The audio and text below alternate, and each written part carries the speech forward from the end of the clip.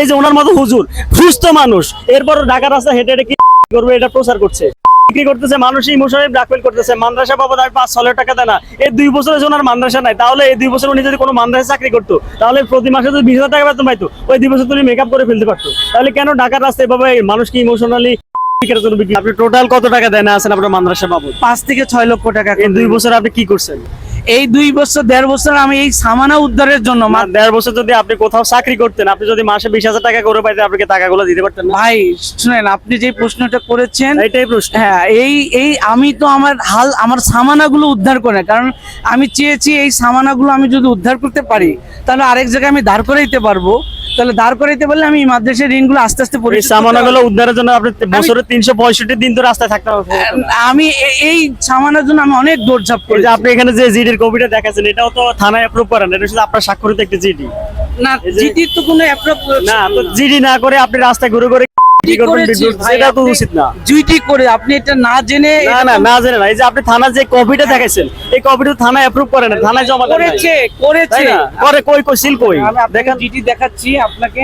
শুধু ঢাকার রাস্তায় কিডনি করতেছে, মানুষ ইমোশনালি ব্ল্যাকমেল করতেছে। মাদ্রাসা বাবদ আমি 5-6 টাকা দেয় না, এই 2 বছরের জন্য মাদ্রাসা নাই, তাহলে এই 2 বছর উনি যদি কোনো মাদ্রাসা চাকরি করতো তাহলে প্রতি মাসে যদি 20,000 টাকা বেতন পাইতো, ওই 2 বছর উনি মেকআপ করে ফেলতে পারতো। তাহলে কেন ঢাকার রাস্তায় এভাবে মানুষকে ইমোশনালি কোথাও এরকম দেইনি, আজকেই প্রথম দিয়েছি। না, আজকে 2 বছর যাবত আপনি এই যে ঢাকা শহর 2 বছর ধরে এই সামানা উদ্ধারের জন্য সর্বস্তর সব জায়গায় গিয়েছি।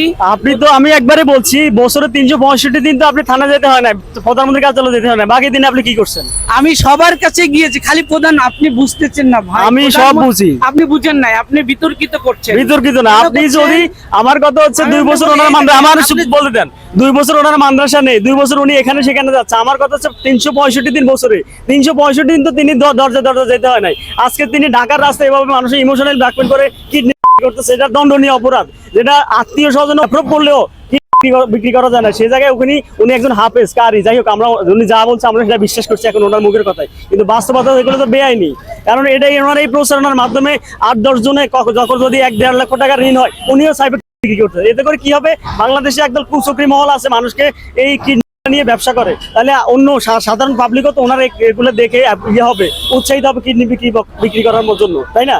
আমাদের কথা হচ্ছে ইমোশনাল ব্ল্যাকমেল না, আমরা ঘটনা যেটা সত্য সেটা আগে জানবো, শুনবো, যাচাই করবো, এরপরে আমরা কোনো কিছু করার চেষ্টা করবো। উনি থানার জিটি নাম্বার কই, এই যে দেখেন সিল কই, আপনার অফিসের নিচে সিল কই, কিসের সিল? থানার ইয়ে লাগবে, থানার জিটির কোথাও বাংলাদেশের কোথাও থানার জিটির জিডি করার পরে আপনি কেন জিটির নাম্বার আপনি বলছেন? আর আমার কথা বলেন না, আপনি কেন বললেন যে আমি জিটি করি না? আমার কাছে প্রশাসনের জিডি করার পরে আপনি কিডনি বিক্রি করতে হবে কেন এটা বলেন? আমি কারণ সেখানে প্রশাসন গিয়ে তাদের কাছে পা পর্যন্ত ধরেছে সামানাগুলো দেওয়ার জন্য। প্রশাসন একজন নেতার পা পর্যন্ত ধরেছে মানুষের সামান উদ্ধারের জন্য। আমার কথা হচ্ছে আপনি 20,000 টাকা বেতন পাইলেও মাসে আপনি 5 লক্ষ টাকা কোনো টাকা না। আপনি একজন সুস্থ মানুষ, আপনি তো সুস্থ মানুষ, তা আপনি কেন 20,000 টাকা কেন নাই? আপনি ঢাকা শহর অনেক মাদ্রাসা আছে আরো বেশি বেতন দেয়, আপনি সুস্থ মানুষ, আপনি ঢাকার রাস্তায় কেন হাঁটবেন? আমি বাধ্য হয়ে 5 দিন অনশনে ছিলাম রাজু ভাস্কর্যে।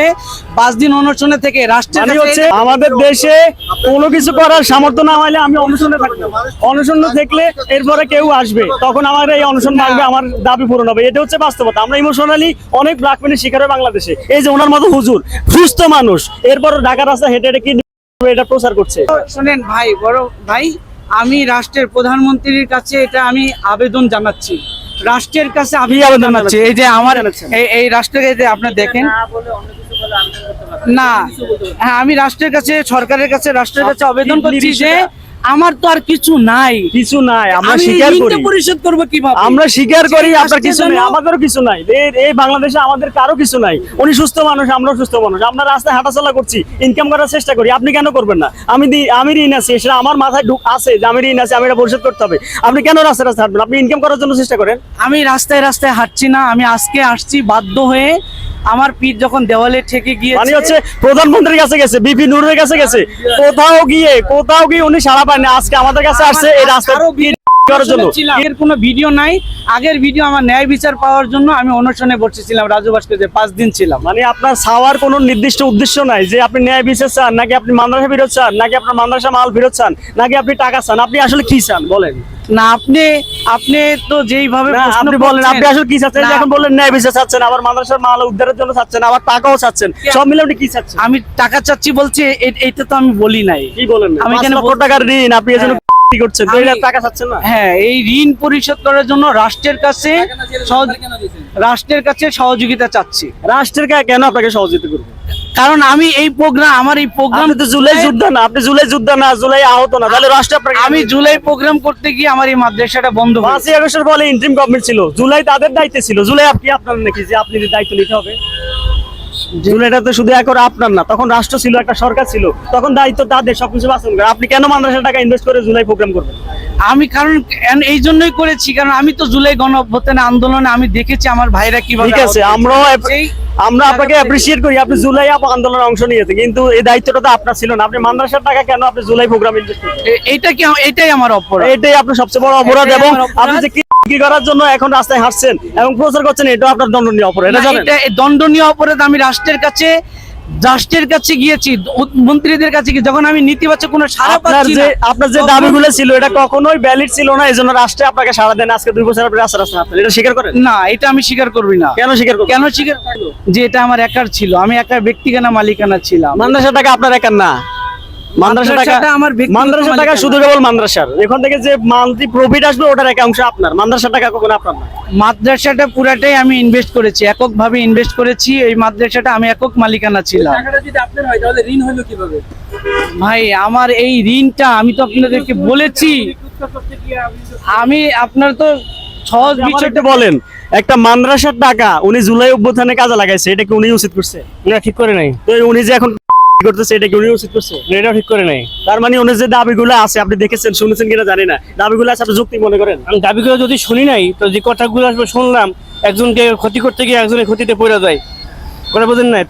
জুলাই ঝড়কে যোগ দিয়ে জুলাই সনকাদের মধ্যে বাস্তবায়ন হয়েছে, হয় নাই। তো কি হয়েছে?